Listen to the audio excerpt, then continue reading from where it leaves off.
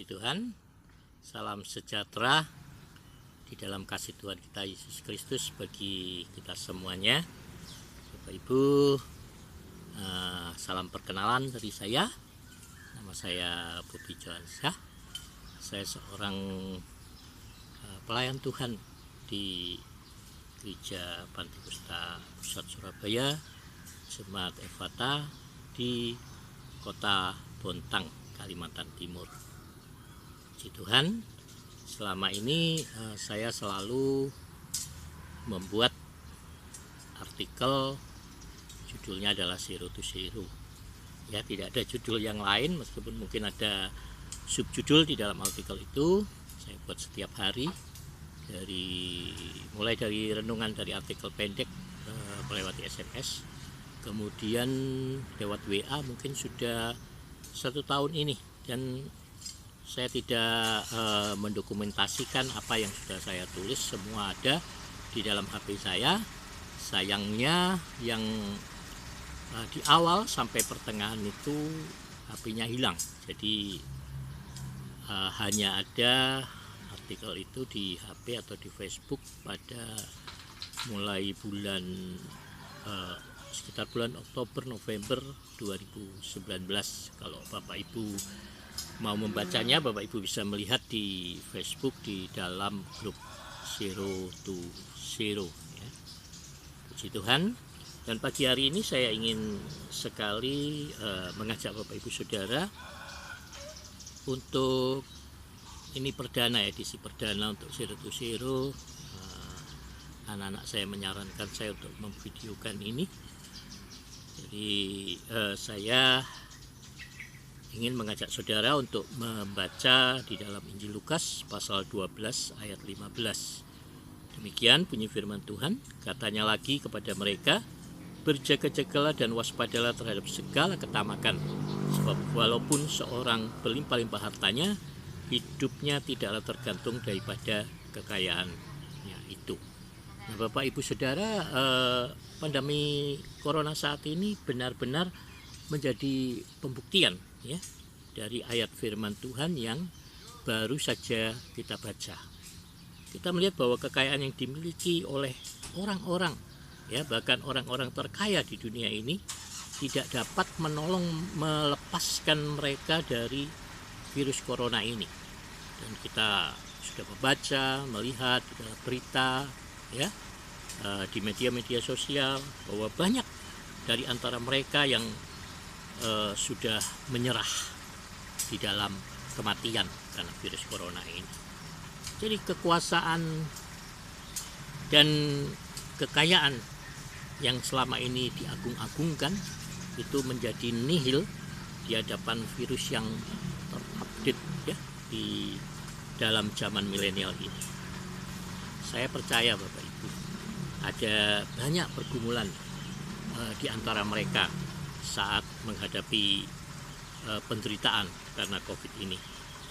Mungkin sebagian dari mereka akan merendahkan diri di hadapan Tuhan, ya, merenungkan hari-hari hidup mereka yang banyak hal yang menyakitkan hati Tuhan, dan mereka boleh berbalik dari jalan-jalan yang jahat, ya, merendahkan diri di hadapan Tuhan dan meminta pertobatan, memohon pengampunan dan bertobat di dalam sisa hidup mereka, ya.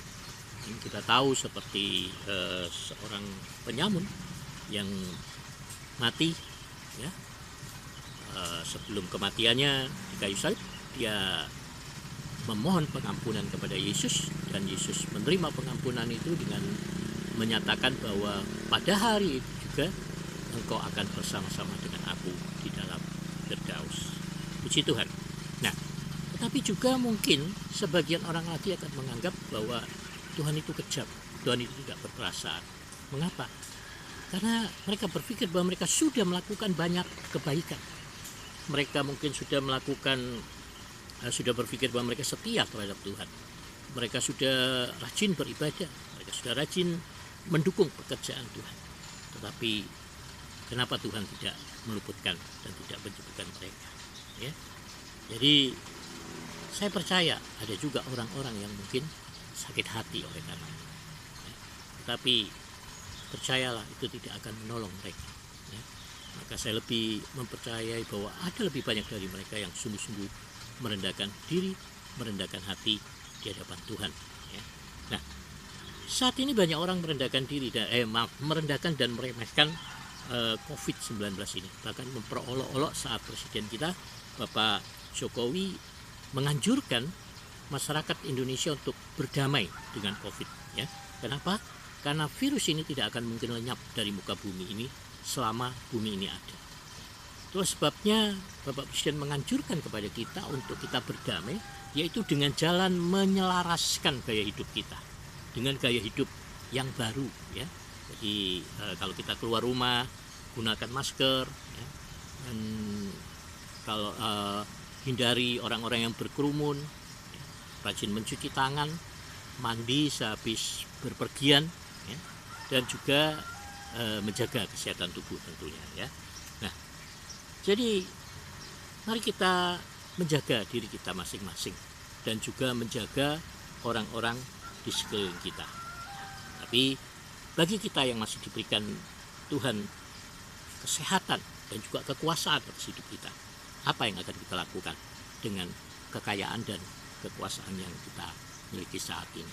Apakah kita akan mengikuti jalan para pencemooh dan nasihat orang-orang fasik di sekeliling kita, ataukah kita akan mendengarkan dan mengikuti hikmat yang mendatangkan kebaikan di dalam hidup kita, baik itu melalui nasihat-nasihat dari orang-orang sekitar kita, anjuran dari Bapak Presiden kita, dan terlebih dari kebenaran firman Tuhan yang saya percaya selalu Bapak Ibu baca setiap hari dan renungkan, ya. Mari kita mempergunakan kekayaan dan kekuasaan yang kita miliki saat ini, ya. Untuk apa? Untuk membangun selain gaya hidup yang sehat, juga membangun hubungan yang sehat dengan Tuhan dan juga dengan sesama. Mari di tengah-tengah pandemi corona ini kita juga boleh mempergunakan kekayaan kita untuk berbagi, ya, dengan orang-orang yang membutuhkannya, dengan orang-orang yang berkekurangan. Karena dengan jalan itu, ya, dengan kita akan mendapatkan sahabat-sahabat abadi, ya, yang akan menolong kita untuk kita boleh diterima di dalam kekekalan. Kita boleh mempergunakan kekayaan kita untuk mendukung pekerjaan Tuhan, mendukung hamba-hamba Tuhan. Kita mempergunakannya untuk mendukung pelayanan misi, ya, misi yang benar tentunya, ya. Nah, mari kita, Bapak Ibu Saudara, saya akan membaca kembali untuk firman Tuhan untuk menutup renungan kita di pagi hari ini. Di dalam Lukas 16 ayat 9 dikatakan, "Dan aku berkata kepadamu, ikatlah persahabatan dengan mempergunakan mamon yang tidak jujur, supaya jika mamon itu tidak dapat menolong lagi, kamu diterima di dalam kemah abadi." Puji Tuhan, selamat pagi Bapak Ibu Saudara. Tuhan memberkati kita semua dimanapun kita berada. Kalau renungan ini boleh menjadi berkat, Bapak Ibu boleh membagikannya kepada orang lain. Salam sejahtera dan salam sehat.